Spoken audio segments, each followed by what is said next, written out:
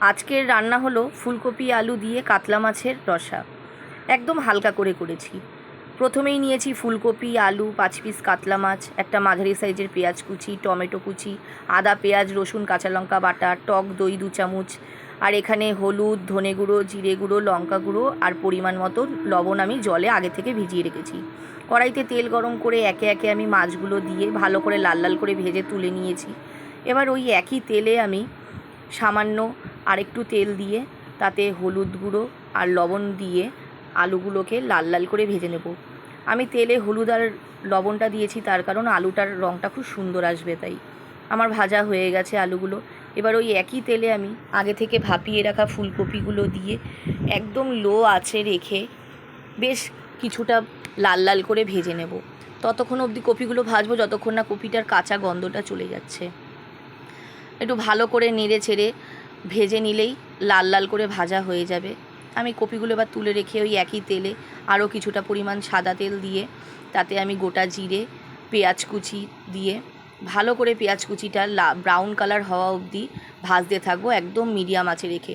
আমি যে কোনো রান্নাই সাদা তেলে করি, আপনারা চাইলে সর্ষের তেলেও করতে পারেন। এবার ভাজা হয়ে গেলে আমি তাতে পেঁয়াজ বাটাটা দিয়ে আর একটু ভেজে নেব যাতে আদা, রসুন, পেঁয়াজের কাঁচা গন্ধটা চলে যায়। ভাজা হয়ে গেলে আমি এতে ভিজিয়ে রাখা মশলাটা দিয়ে বেশ ভালো করে আরেকটু কষতে থাকবো। মশলাটার কাঁচা গন্ধটা চলে গেলে আমি এতে কুচানো টমেটো আর ফেটিয়ে রাখা টক দইটা দিয়ে একদম মিডিয়াম আঁচে রেখে ভালো করে মশলাটাকে কষাতে থাকবো। ততক্ষণ পর্যন্ত কষাবো যতক্ষণ এর গা থেকে একটা তেল ছাড়ছে। আমি এই মশলাটা কষানোর সময় একটুও জলের ব্যবহার করিনি। পেঁয়াজের একটা নিজস্ব রস থাকে, সেটা থেকেই এটা কষে যাবে। আমার কষানো হয়ে গেলে আমি সবজিগুলো দিয়ে মশলার সাথে ভালো করে সবজিগুলোকে মিশিয়ে নেব। বেশ কিছুক্ষণ মিশানোর পর সামান্য জল দিয়ে এবারে আমি সবজিগুলোকে আরেকটু ভালো করে 2 থেকে 3 মিনিট হাই টু মিডিয়াম ফ্লেমে রেখে কষিয়ে নেব। মশলাগুলো ভালো করে ফুলকপি আলুর সাথে কষানো হয়ে গেলে আমি এতে পরিমাপ মতো জল দিয়ে দিলাম। আমি আমার পরিমাণ মতো জল দিয়েছি, আপনারা চাইলে বাড়াতেও পারেন, কমাতেও পারেন। এবার আমি এটা হাই ফ্লেমে রেখে ঢেকে 10 মিনিট ফুটিয়ে নেব। 10 মিনিট পরে ঝোলটা যখন এরকমভাবে ফুটতে থাকবে আমি কিছুটা নাড়িয়ে চাড়িয়ে এবার এতে একে একে মাছগুলো সাজিয়ে দিয়ে দেব। আমি একটু পাতলা ঝোল করব বলে এই গরমের জন্য তাই আমি একটু জলটা বেশি দিয়েছি, আপনারা চাইলে কমও দিতে পারেন।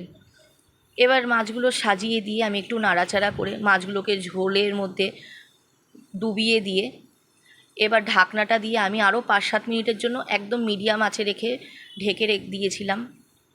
5-7 মিনিট বাদে ঢাকনাটা খুলে দেখলাম আমার ঝোলটা ফুটে এসছে। এবার আমি আলু আর ফুলকপিটা সেদ্ধ হয়েছে কিনা দেখে নিলাম।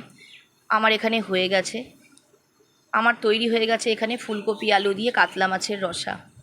গরম গরম সার্ভ করে নিলাম। আমাদের তো গরম ভাতের সাথে খেতে দারুণ লাগলো। আপনারা করে জানাবেন কেমন লাগলো।